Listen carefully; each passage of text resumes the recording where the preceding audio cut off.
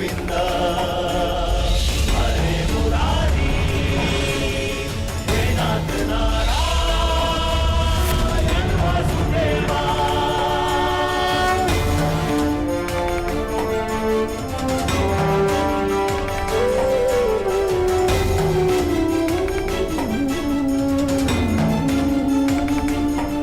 अश्वत्थामा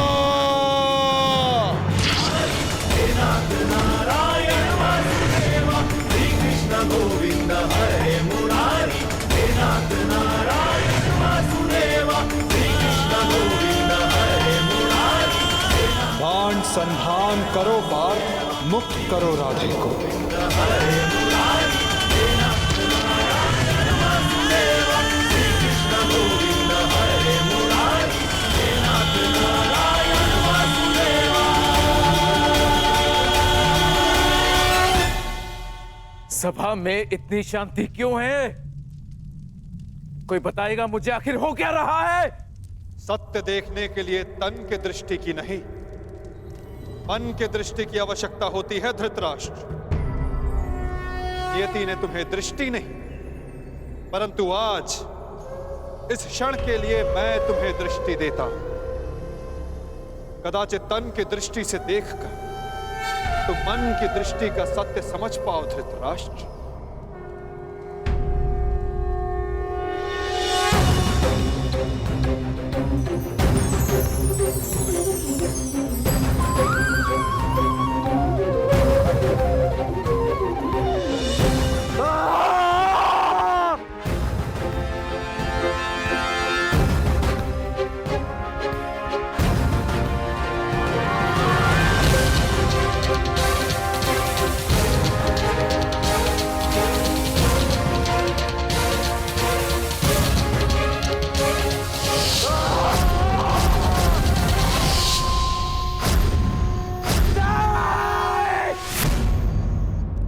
नहीं चाहिए ये दृष्टि मुझे, वापस ले लो।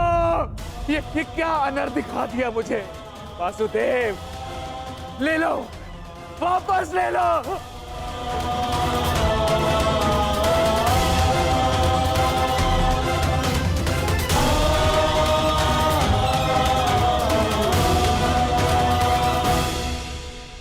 जो सबने देखा वही अंत है और वही नया प्रारंभ। परंतु ये आप सबको स्मरण तब होगा जब ये वास्तविक में आप सबके साथ घटित होगा।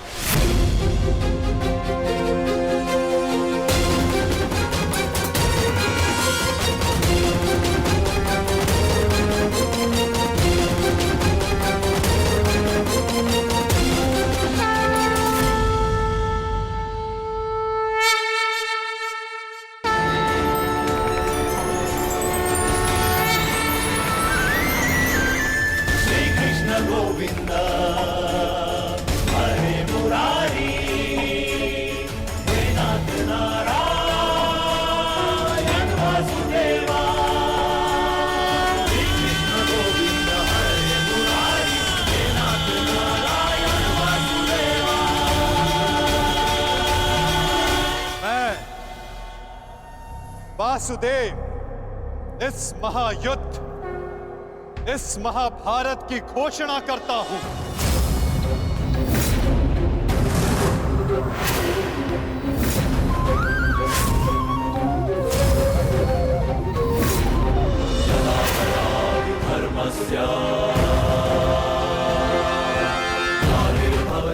स्मरण रखना दुर्योधन, तुम्हारे इस अभिमान के साथ साथ तुम भी इस धरा पर ऐसे गिरोगे कि कभी उठ नहीं पाओगे। इस महाहिंसा, इस महाविनाश के उत्तरदायित्व का बोझ तुम अपने साथ दूसरे लोक लेकर जाओगे दुर्योधन।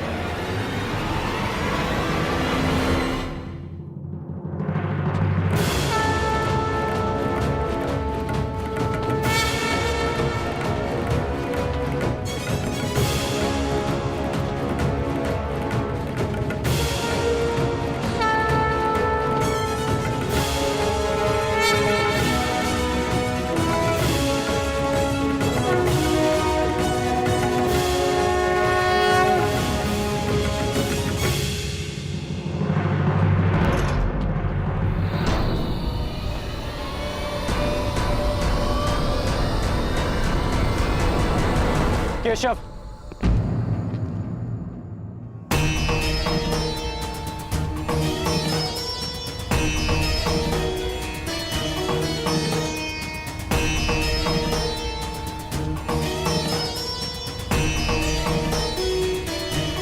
मुझे सदा से भान था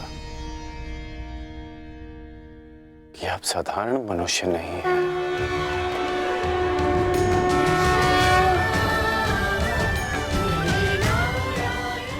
परंतु आज जो मैंने देखा उसके पश्चात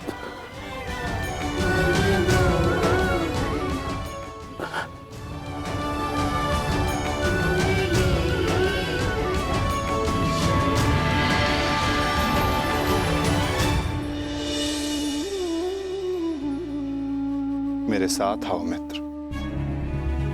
ये स्थान अब वार्ता करने के लिए उचित नहीं रहा।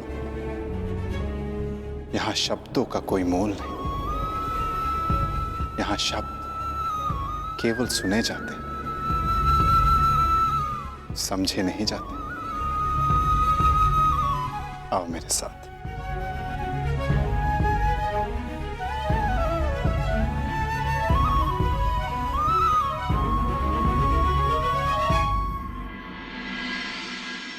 केशव,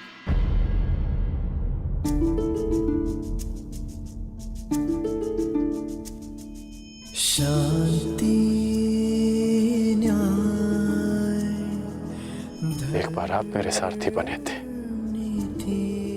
आज ये गौरव मुझे दीजिए केशव। बुद्धि कर्म प्रीति में। तुम्हें सारथी के रूप में पाकर गौरवान्वित तो मैं हो जाऊंगा मित्र। कृष्णा कहो या कर्ण कहो, है दोनों एक समान। ठीक है। कृष्णा कहो या कर्ण कहो, है दोनों एक समान।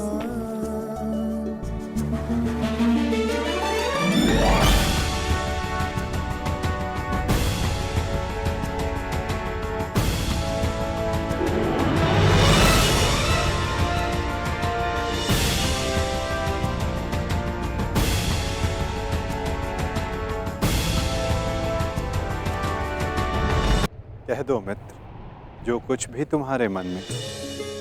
आप ही पढ़ लीजिए ना केशव कि क्या है मेरे मन में। मैं तुम्हारा मन पढ़ सकता हूं मित्र, परंतु जैसे कि मैंने पहले भी कहा था, मुझे तुम्हारे मुख से सुनना अच्छा लगता है। अब कह भी दो मित्र, क्या है तुम्हारे मन में? इस समय जो मेरे मन में चल रहा है वो ये है कि आपने मुझे पांडवों के पक्ष में आने का प्रस्ताव दिया था। हाँ, और तुमने उस प्रस्ताव को अस्वीकार कर दिया था। हाँ, परंतु मैंने कभी नहीं सोचा था कि मेरा ये निर्णय मुझे आपके विपक्ष में खड़ा कर देगा केशव। आपको तो युद्ध का परिणाम पता है ना केशव। किसी अनहोनी के होने से पहले उसका ज्ञात हो जाना, क्या वो आपको पीड़ा नहीं देता केशव? मनुष्य संतोष से इसलिए जीता है क्योंकि वो नहीं जानता कि अगले पल क्या होने वाला है। वो नहीं जानता कि वो जीवित रहेगा या वो मर जाएगा। परंतु यदि उसे ज्ञात हो जाए कि अगले पल क्या होगा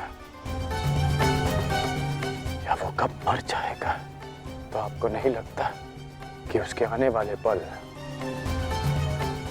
भय और चिंता में बीतेंगे?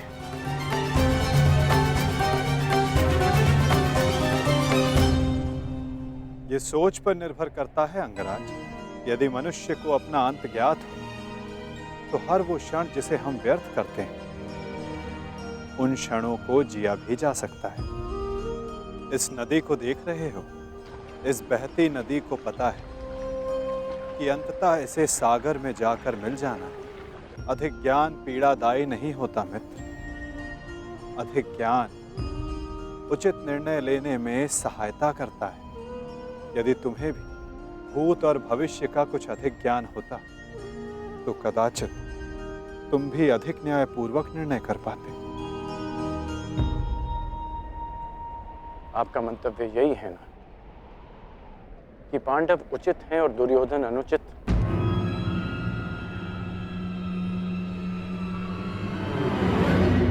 क्षमा कीजिएगा, परंतु मैं आपकी इस बात से सहमत नहीं हूं।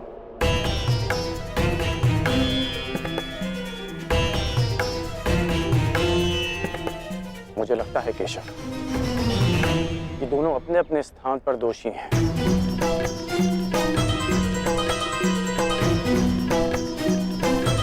और इसी कारण से दोनों अपनी अपनी दृष्टि में निर्दोष और सही हैं।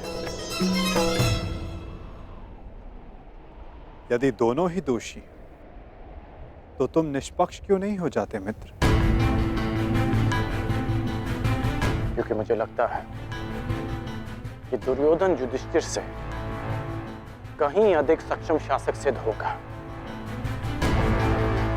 इतने अधर्म करने के पश्चात भी? हाँ, क्योंकि वो युधिष्ठिर की भांति धर्मराज होने का ढोंग नहीं करता। आप ही बताइए केशव कि जिसने स्वयं की पत्नी को दांव पर लगा दिया हो, जिसने द्यूत के कुचक्र से निकलकर स्वयं को द्यूत में फिर से फंसा लिया हो, वो कैसा धर्मराज?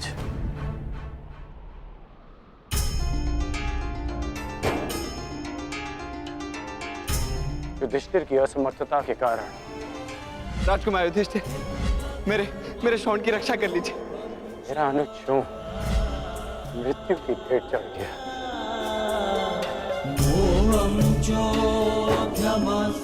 जब मुझे सूतपुत्र कहकर रंगभूमि की स्पर्धा में भाग लेने के लिए अयोग्य घोषित कर दिया गया था, राजकुमार के साथ द्वंद्व की अनुमति एक सूत पुत्र को नहीं दी जा सकती।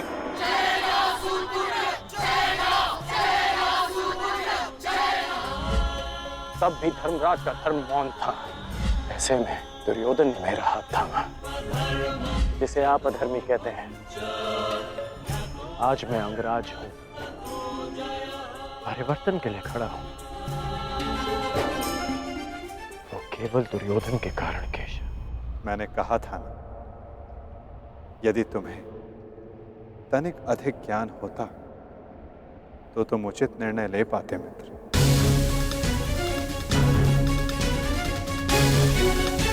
मैं समझा नहीं। तुम सदा स्वयं को सूतपुत्र समझते आए होकर, और यदि तुम्हारा ये ज्ञान मिथ्या हुआ तो? मिथ्या? हाँ कर, क्योंकि तुम्हें तो पता ही नहीं कि तुम वास्तव में हो कौन। मुझे ज्ञात है कि मैं कौन हूं, और मुझे गर्व है कि मैं अधिरथ पुत्र कर्ण हूं, राधे पुत्र कर्ण हूं, सूत पुत्र कर्ण हूं।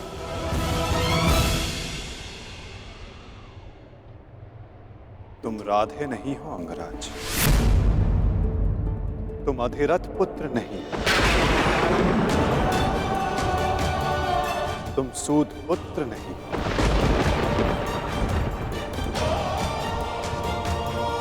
तुमने कभी ये नहीं सोचा कर्ण कि एक सूत पुत्र के शरीर में दिव्य स्वर्ण से मड़ित कवच और कुंडल क्यों है?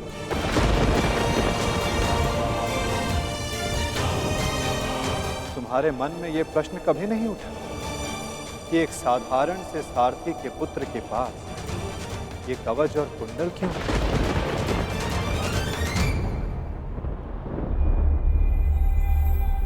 क्या तुम ये सोचकर कभी व्याकुल नहीं होते कर्ण कि तुम शेष से इतने भिन्न क्यों हो?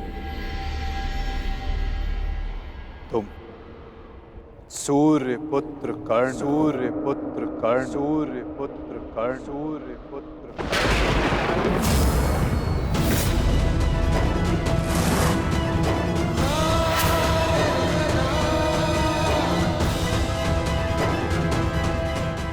स्वयं सूर्य नारायण के अंश हो तुम कर्ण।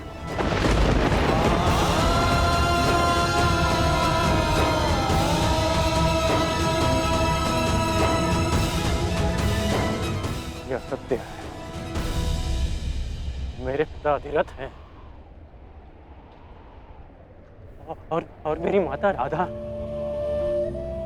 सत्य से भागो मत कर्ण, और सत्य यही है कि अधिरथ तुम्हारे पालक पिता हैं। तुम उन्हें गंगा किनारे मिले थे, कभी सोचा नहीं कि क्यों सूर्य का तेज तुम्हारे मुखमंडल पर रहता है? कभी अनुभव नहीं किया मित्र कि क्यों सूर्य का ताप तुम्हारे शरीर पर स्निग्धता का अनुभव कराता है? तब भी समझ नहीं आया तुम्हें जब दिग्विजय करते समय पांचाल युद्ध में क्यों शत्रु पक्ष पर सूर्य देव का ताप बरस रहा था? क्योंकि तुम अधिरथ पुत्र नहीं, तुम सूर्य देव का आशीर्वाद हो कर्ण।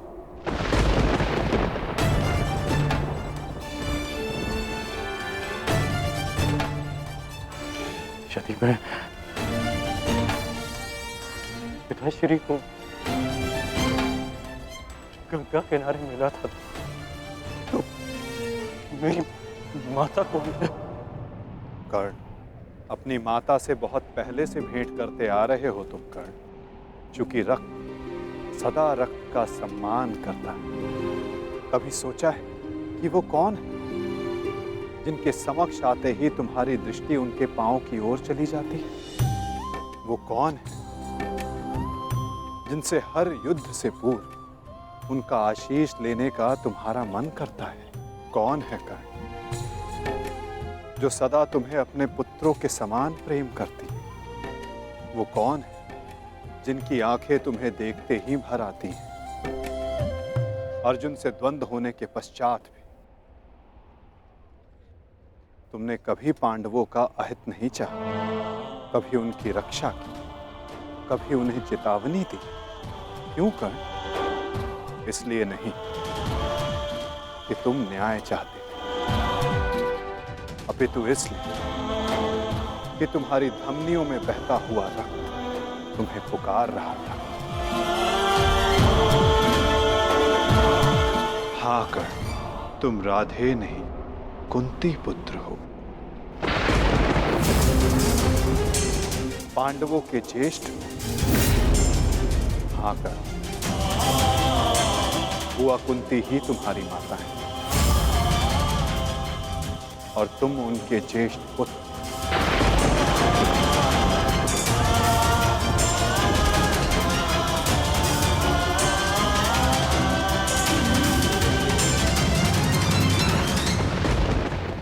ये सत्य नहीं है। कह दीजिए केशव कि यह सत्य है। आप चाहते हैं ना कि मैं पांडवों के पक्ष में हो जाऊं, अपने मित्र का साथ छोड़ दूं, इसलिए आप मेरे साथ छल कर रहे हैं। हाँ, आप छल कर रहे हैं मेरे साथ। यदि मेरा कथन तुम्हें छल लगता है मित्र, तो जाओ स्वयं उनसे जाकर पूछो जिनके नाम से तुम संसार को अपना परिचय देते। भद्र अधिरथ और देवी राधा से जाकर पूछ लो।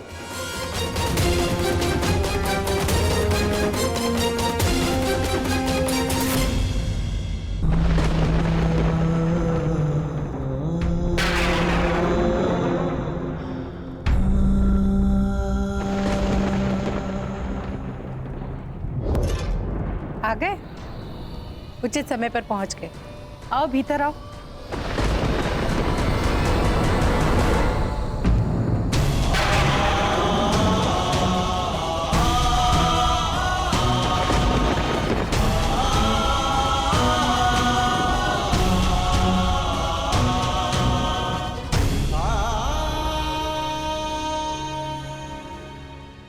क्या हुआ पुत्र?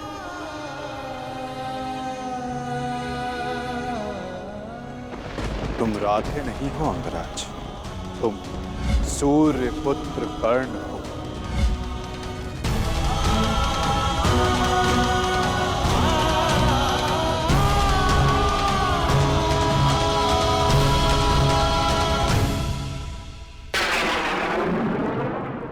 एक बार फिर से पुत्र कहकर पुकारिए ना।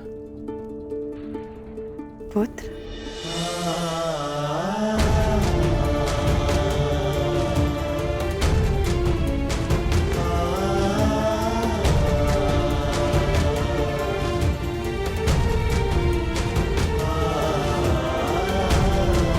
क्या हुआ पुत्र? तुम इतने व्यथित क्यों हो? क्या हुआ? मैं व्यथित था अपने ही माता। मैं समझ गया कि ये वासुदेव का खेल है। वो मेरे साथ खेल खेल रहे हैं माता। खेल? कैसा खेल? क्या विनोद किया केशव ने? बहुत भारी विरोध किया उन्होंने। उनका कहना है कि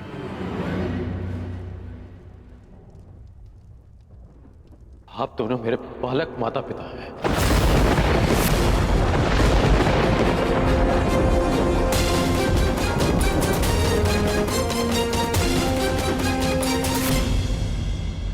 मैं पिताश्री को गंगा तट पर मिला था। ये सूर्यदेव मेरे पिता है और माता कुंती मेरी माता।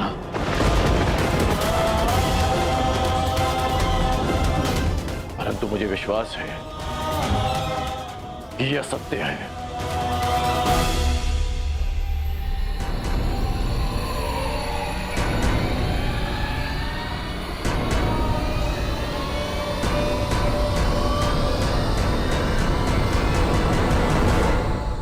ये असत्य है ना? मैं आप ही का पुत्र हूं।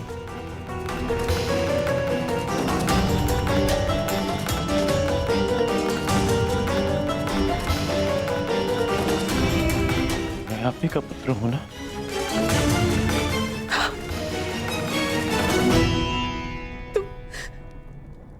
तुम मेरे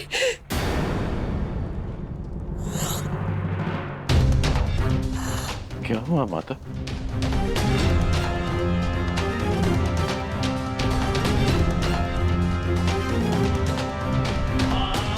क्या हुआ पिताश्री?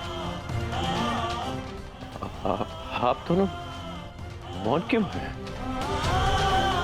कहिए ना कि आप ही मेरी माता है। कहिए ना कि मैं आपका पुत्र हूँ। कहिए ना कि आप मेरी माता है। कहिए ना कि आप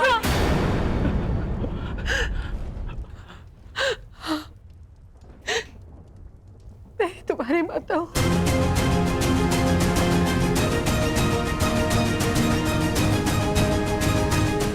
परंतु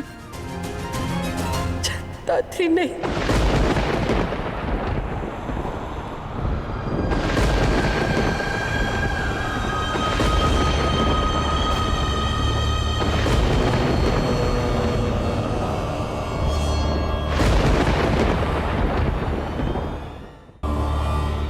मैंने तुम्हें जन्म नहीं दिया।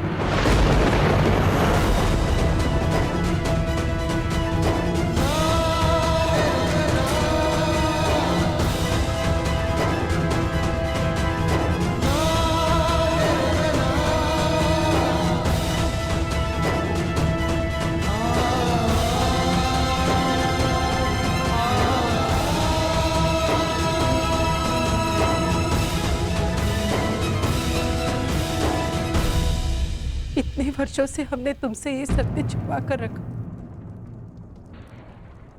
कि देवी कुंती तुम्हारी माता है। इसी कारण हम न तुम्हें धनुर्विद्या सीखने देना चाहते थे और न रणभूमि में जाने देना चाहते थे। क्योंकि देवी कुंती तुम्हारी जन्मदात्री है। केशव ने तुमसे कदाचित असत्य नहीं कहा।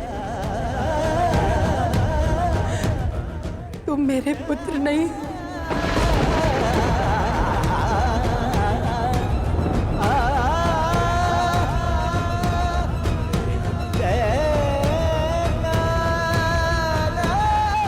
मैं तुम्हारी माता नहीं हूं।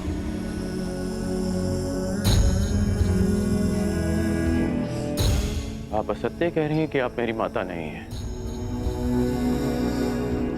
यदि ऐसा होता तो क्यों बचपन में जब मुझे भूख लगती थी तब आपको स्वयं ज्ञात हो जाता था। जब मुझे निद्रा आती थी तो कौन मुझे अपनी गोद में सुलाता था?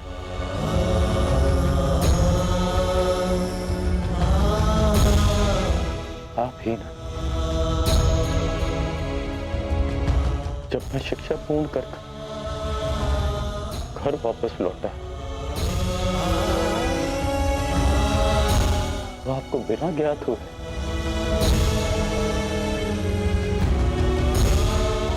कैसे पता चल गया कि मैं आ गया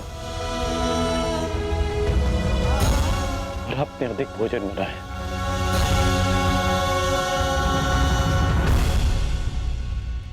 क्यों मेरे राज्याभिषेक पर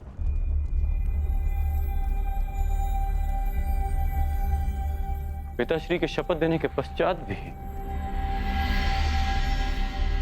आप मुझे छुप कर देखने आई थी? जब मैं अंग जा रहा था तब क्यों मुझे परिवर्तन का आशीष दिया?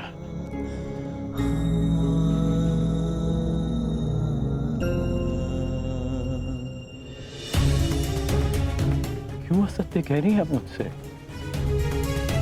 इसीलिए कि मैं इस युद्ध में भाग लाया हूं। ठीक, मैं इस युद्ध में भाग नहीं लेता। मैं सदा ही आपके चरणों में बैठा रहूंगा। मैं यहां से कहीं नहीं जाऊंगा। बस इतना कह दीजिए कि आप ही मेरी माता। कह दीजिए।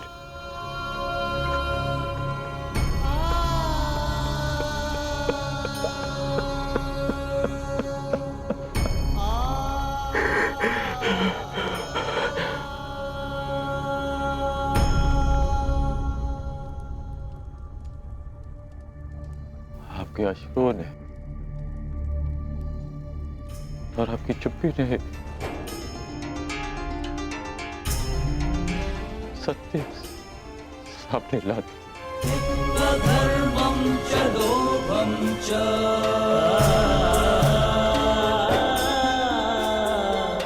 मोहं चोऽध्यमस्थितः। धन्य है आप तो।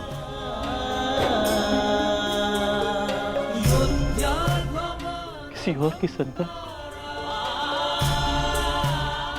इतना प्रेम दे।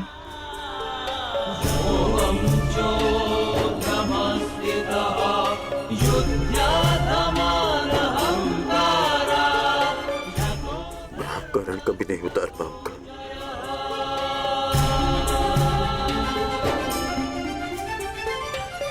अब मेरा सत्य भी सुन लीजिए। मैं सदा प्राधिकरण ही कहलाऊंगा।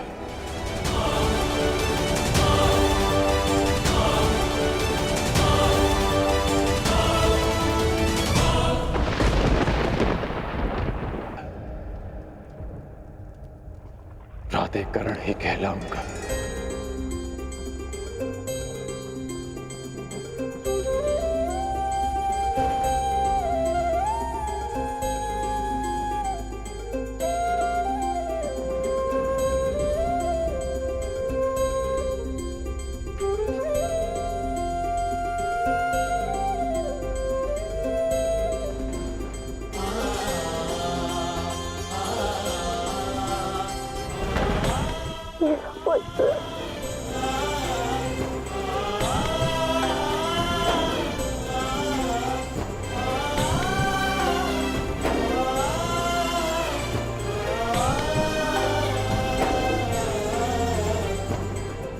रहे हो पुत्र?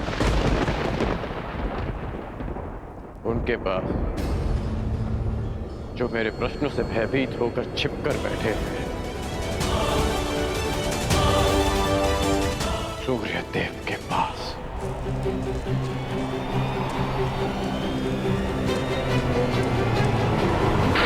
वेदों के आवरण से बाहर निकलिए सूर्यदेव। अब आप मुझसे और नहीं छिप सकते। मेरे समक्ष आइए सूर्यदेव। जीवन के आरंभ से हर प्रातः मैंने आपको तर्पण किया, उसके लिए बाहर आइए। मैंने सदा आपका सम्मान किया, उसके लिए बाहर आइए। आपके कारण जो मेरा अपमान हुआ, उसके लिए बाहर आइए। एक कवच कुंडल मुझे देकर भी मेरे मन को जो भेदा है आपने, उस पीड़ा के कारण बाहर आइए।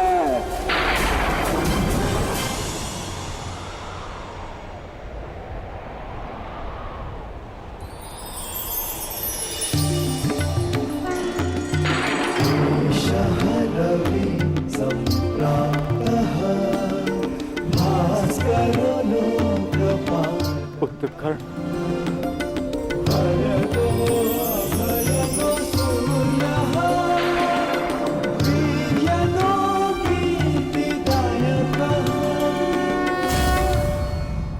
पुत्र मैं ये तो मैं जान गया कि मैं आपका पुत्र हूं। आगे कहिए सूर्यदेव।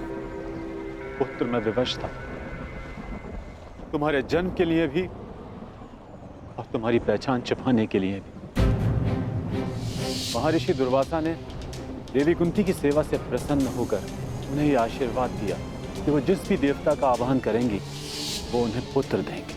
देवी कुंती बालिका थी, उन्हें लगा कि कहीं ये वरदान मिथ्या तो नहीं, और उन्होंने खेल खेल में मुझे यह आह्वान दिया और वरदान से विवश होकर मुझे उन्हें अपना अंश देना पड़ा।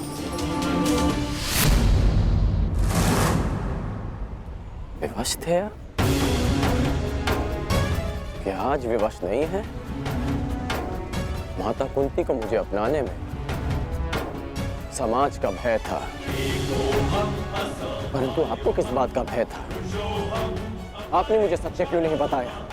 संसार भर को प्रकाश देने वाले ने अपने ही अंश को अंधकार में रखा। क्यों? जब संसार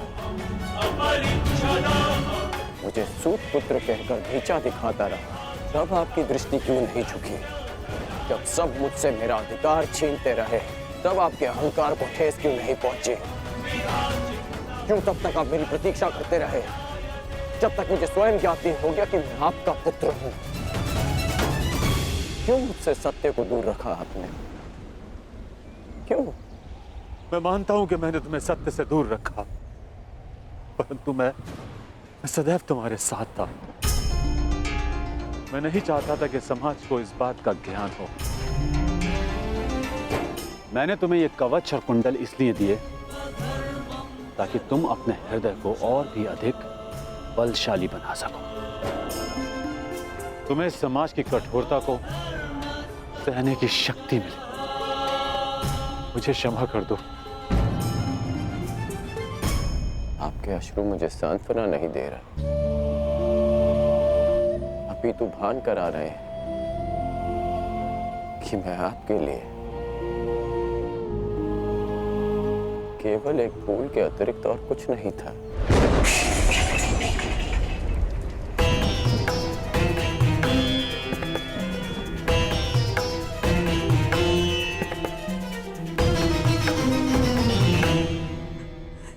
हे ईश्वर,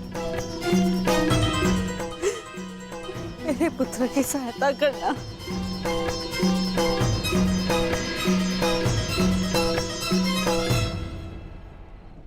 जो स्वयं की सहायता करना जानते हैं, ईश्वर भी उन्हीं की सहायता करते हैं बुआ।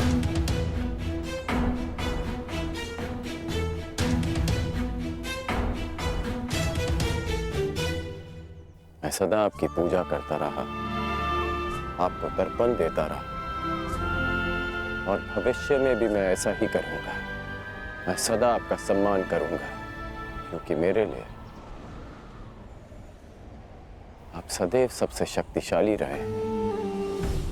मेरा मन मलिन है आज, परंतु मेरे मन में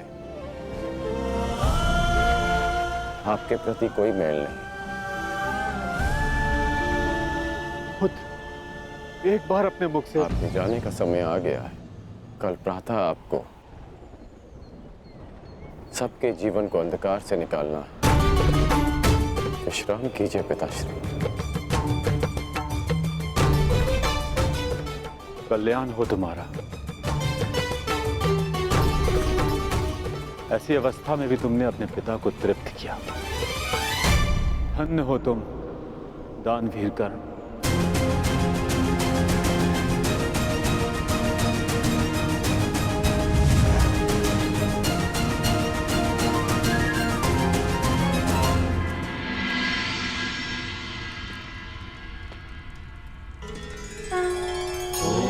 अब आप और कितना व्यथित रहेंगी बुआ? आप अपने कर्मों को संसार से छिपा सकती हैं, परंतु अपने कर्मों के फल को आप स्वयं से और कितना छिपाएंगी? अपने कर्मों का सामना प्रत्येक को एक ना एक दिन करना ही पड़ता है बुआ। परंतु उसका सामना कैसे करूंगी? क्या कहूंगी उसे इसके समक्ष आकर?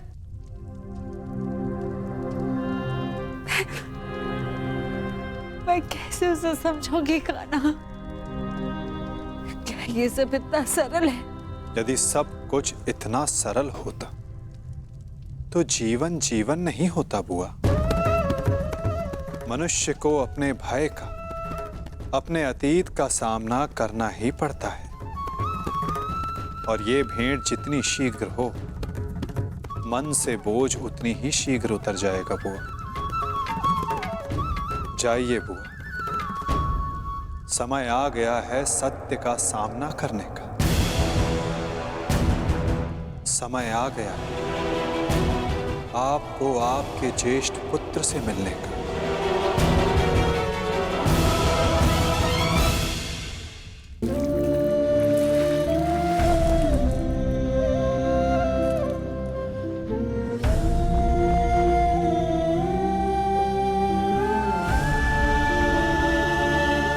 दान चाहिए पुत्र, दोगे?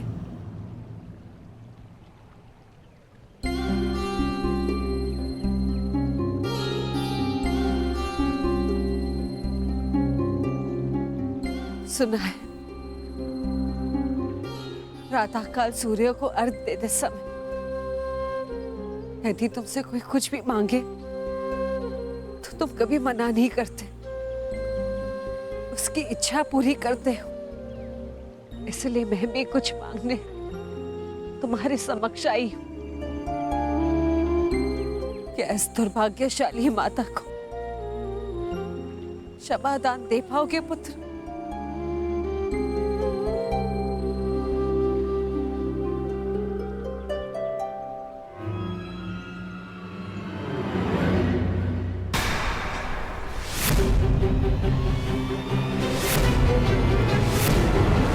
क्षमा प्रार्थी तो मैं हूँ राजमाता।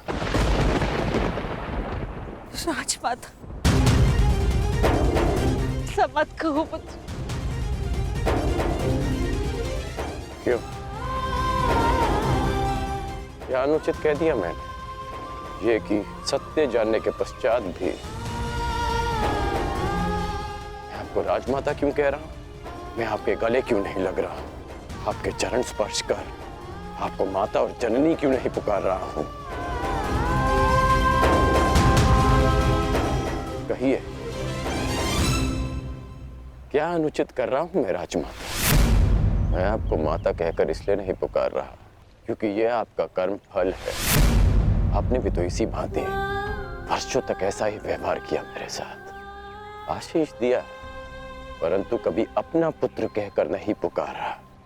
अश्रु बहाए परंतु कभी मुझे गले से नहीं लगाया। कभी मुझे ममता नहीं थी, और आज वही माता मेरे समक्ष प्रेम जताने के लिए आ गई है। अधिकार का भाव कर्तव्य पूर्ण करने से मिलता है। आपने अपना कर्तव्य कभी पूर्ण नहीं किया। आज अधिकार जताने क्यों आ गए? मुझ पर आरोप लगाने से पूर्व मेरी व्याथा तो सुन लो पुत्र। मैं विवश थी जब तुम्हारा जन्म हुआ। मैं अविवाहित थी पुत्र। क्या करती मैं? मुझे तुम्हें त्यागना पड़ा। विश्वास मानो पुत्र। अनजाने में हुए अपराध का बोझ मैं आज तक अपने कंधे पे लिए हूँ।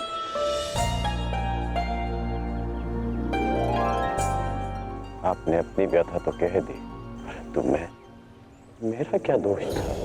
एक बालक जिसने अपनी आंखें भी पूरी तरह नहीं खोली थी, उसके जीवन में आपने सदा के लिए अंधकार कर दिया।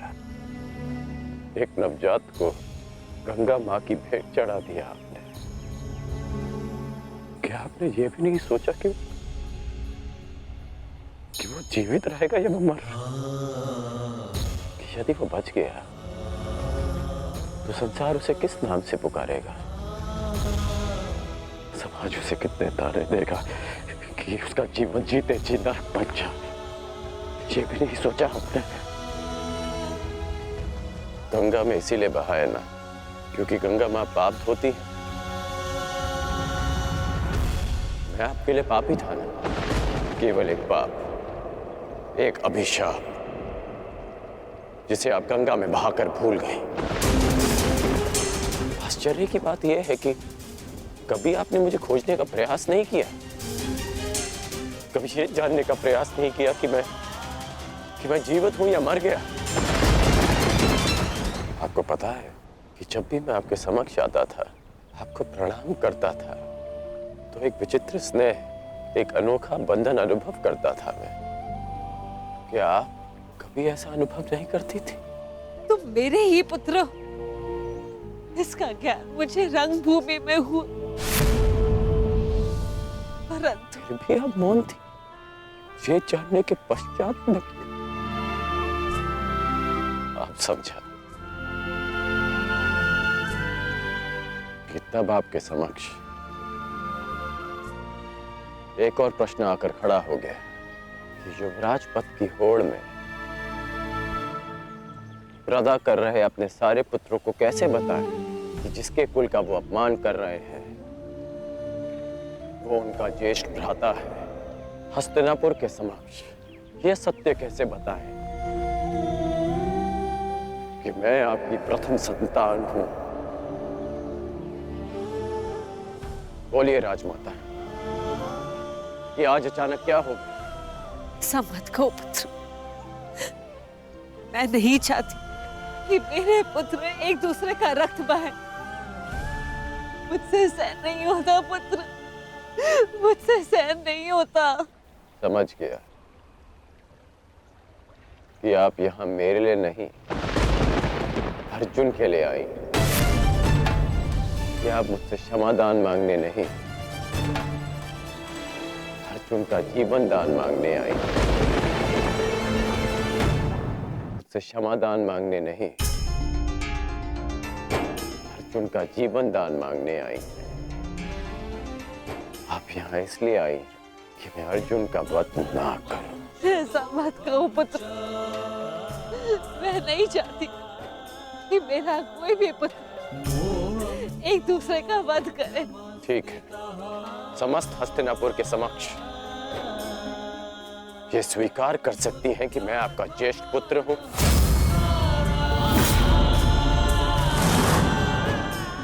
पता था मुझे कि कोई उत्तर नहीं मिलेगा। मेरे जीवन पर अनेक बार संकट आया, तब आपकी ममता नहीं जागी। परंतु आज जब अर्जुन के जीवन पर संकट आया, तब आप अपनी लज्जा, अपना सम्मान सब भूलकर मेरे पास आ गए।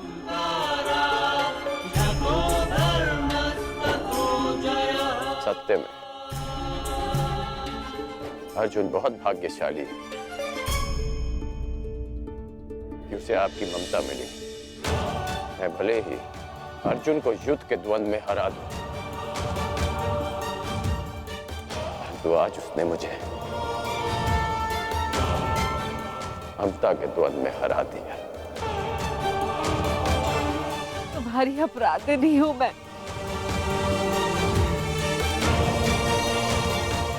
अब इस अपराध बोध को और मत बढ़ाओ। इस युद्ध में भाग मत लो पुत्र। अपने अनुजों से युद्ध मत लड़ो पुत्र। बस एक बार कह दो कि तुम मेरे पुत्र हो कर्ण। हाँ, मैं आपका पुत्र हूं।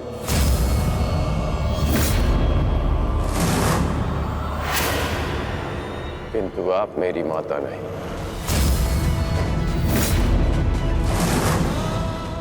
सदा स्मरण रखिएगा राजमाता कि इस सूत पुत्र की माता का नाम राधा है। मैंने अवश्य कौंतेय बनकर जन्म लिया, परंतु संसार मुझे सदा राधे कर्ण के नाम से जानेगा। मैं सूर्य पुत्र कर्ण हूं, किंतु मेरे पिता का नाम अधिरथ है। मुझे स्वयं को सूर्य पुत्र के स्थान पर सूत पुत्र कहने में अधिक गर्व अनुभव होगा। आप माता हैं अर्जुन की,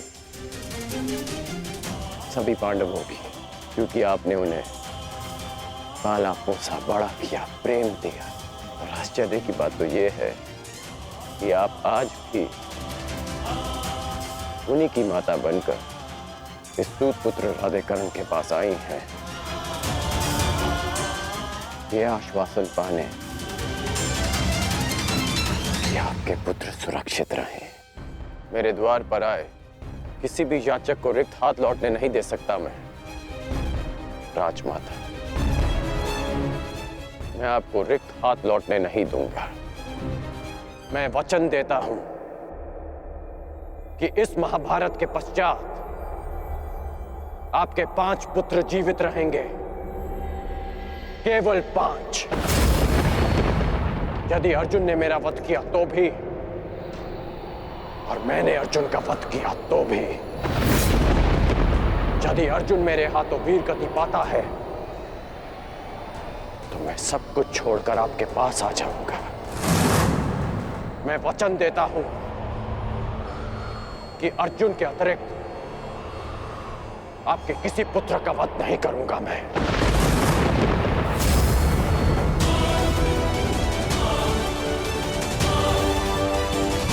देता हूं कि अर्जुन के अतिरिक्त आपके किसी और पुत्र का वध नहीं करूंगा। मैं वचन देता हूं मैं। अब जाइए राजमाता, गंगा में त्यागे गए इस राधे के पास अब आपको देने के लिए कुछ और शेष नहीं।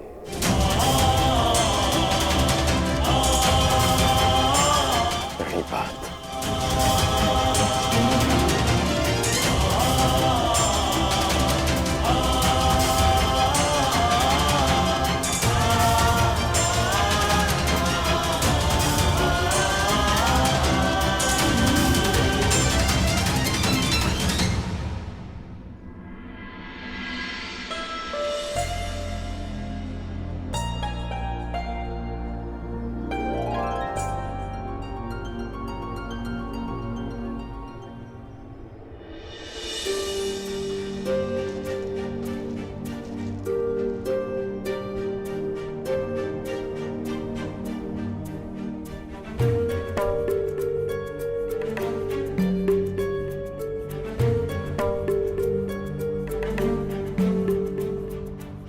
सत्य कल्पना से अधिक सुंदर भी हो सकता है और अधिक कष्टकारी भी।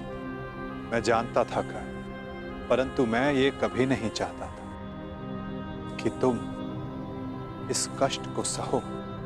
अगर आप ऐसा नहीं चाहते तो ऐसा नहीं होता केशव। एक बात मैं समझ चुका हूं कि इस सृष्टि में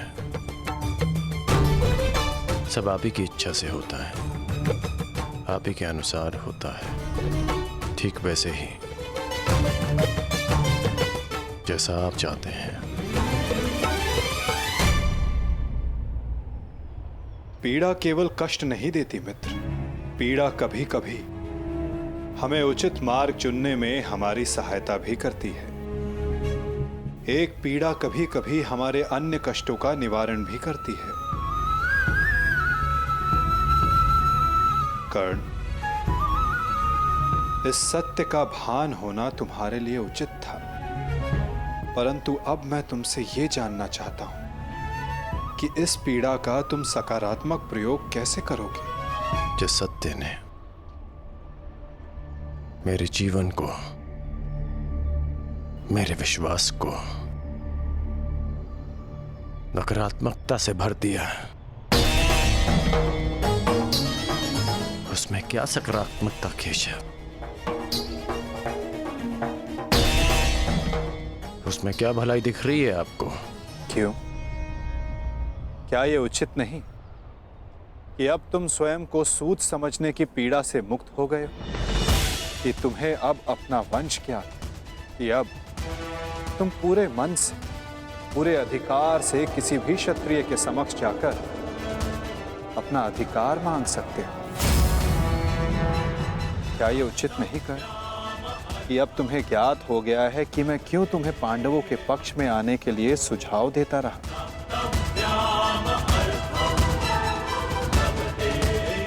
एक सत्य संसार बदल सकता है, और अब तुम्हारा संसार बदल चुका है मित्र। तो क्या ये श्रेष्ठ नहीं कि तुम अपना पक्ष और निर्णय दोनों बदल दो? तुम सबसे ज्येष्ठ कौन्तेय होकर अर्जुन, भीम, युधिष्ठिर, इन सबसे ज्येष्ठ,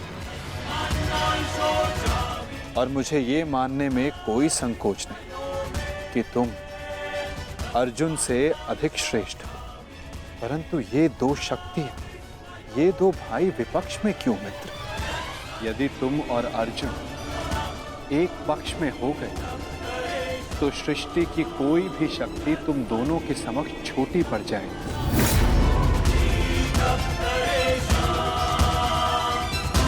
तुम्हें और अर्जुन को मेरी, वासुदेव तक की आवश्यकता नहीं पड़ेगी मित्र। युधिष्ठिर तुम्हारा अनुज होगा और बाकी शेष पांडव भी।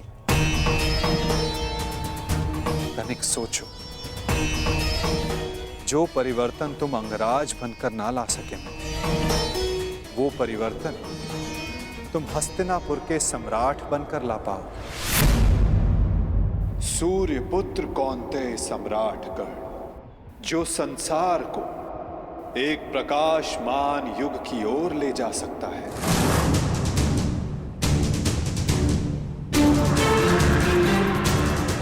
मैं केवल तुम्हारे भविष्य की बात नहीं कर रहा हूं कर्ण, मैं उस भविष्य की बात कर रहा हूं जिसकी हस्तिनापुर को आवश्यकता है। इस संसार को, इस मानवता को आवश्यकता है, और यही सबके हित में है मित्र।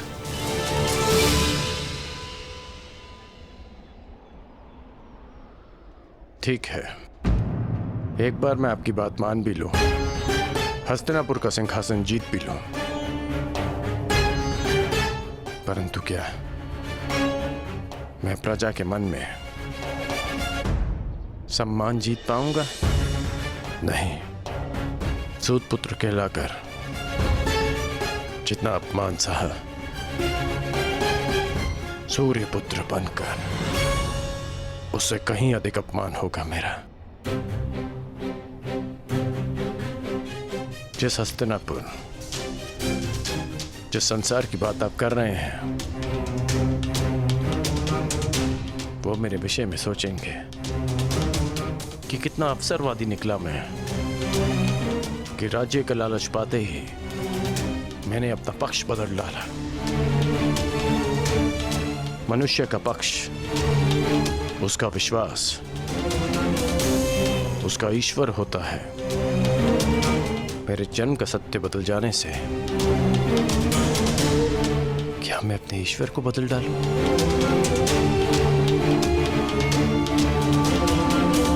और अर्जुन, क्या ये उस महान धनुर्धारी का अपमान नहीं होगा और युधिष्ठिर जिसने 13 वर्ष वन में काटे, क्या ये उसके अधिकार का हनन नहीं होगा? और दुर्योधन का क्या? दुर्योधन की मित्रता ने वट वृक्ष बनकर मुझे संसार के ताप से बचाया, मुझे छाया दी। और जो वृक्ष छाया देता है उसे काटा नहीं जाता, उसकी रक्षा की जाती है। धिक्कार होगी मुझ पर यदि ऐसा विचार मेरे मन में भी आया।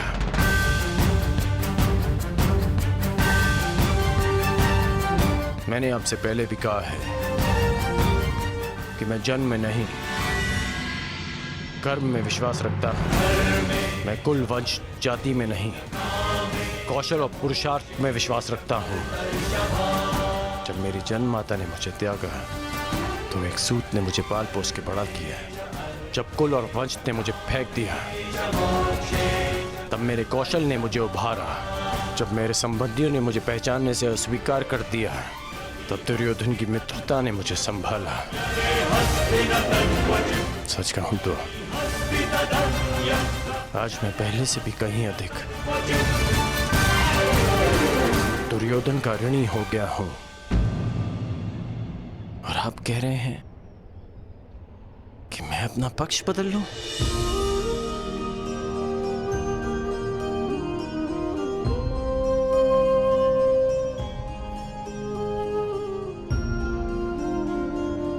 मैं अभिभूत हुआ तुम्हारे इन वचनों से कर्ण, परंतु मेरी इच्छा सदा यही है कि तुम मेरे साथ रहो और मैं तुम्हारे।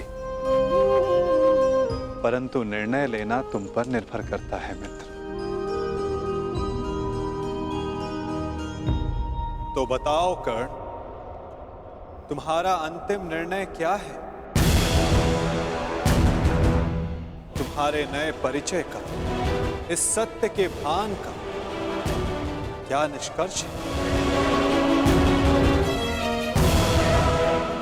एक ही निष्कर्ष है और एक ही निर्णय। या तो मेरे मित्र दुर्योधन के शीश पर राज मुकुट होगा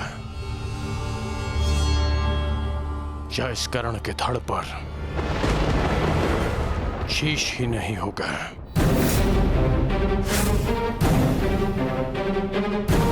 इसके अतिरिक्त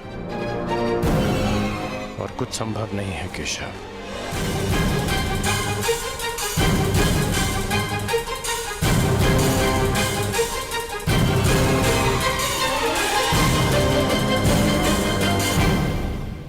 आपसे एक विनती है केशव कि मेरी जन्म कथा गुप्त रखिएगा। यदि युधिष्ठिर को इसका ज्ञान हुआ तो वो सिंहासन को ठुकरा देगा, और यदि उसने साम्राज्य मुझे सौंप दिया तो मैं उसे दुर्योधन को सौंप दूंगा। और यदि समाज को इसका भान हो गया तो वो माता कुंती को ठुकरा देंगे। इसलिए यह सत्य हमारे मध्य ही रहे, यही श्रेष्ठकर है। मैं चाहता हूं कि आप मेरी मृत्यु तक मुझे राधे कहकर पुकारें, कौनते ही नहीं।